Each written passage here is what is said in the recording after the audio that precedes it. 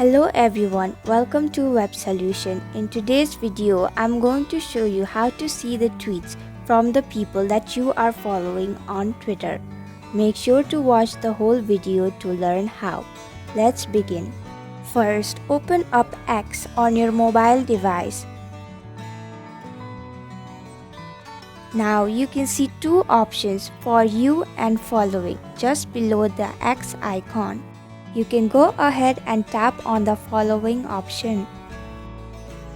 Now you can only see the tweets and reposts from the people that you are following on Twitter. And that's it. This is how you view tweets from your following on Twitter. I hope you found this video helpful. If you did, please click the thumbs up button. If you have any questions or thoughts, type them in the comments below. And don't forget to subscribe to our channel. Click on the bell icon too so you'll know when we upload a new video. We'll be back with another video soon. Thanks for watching.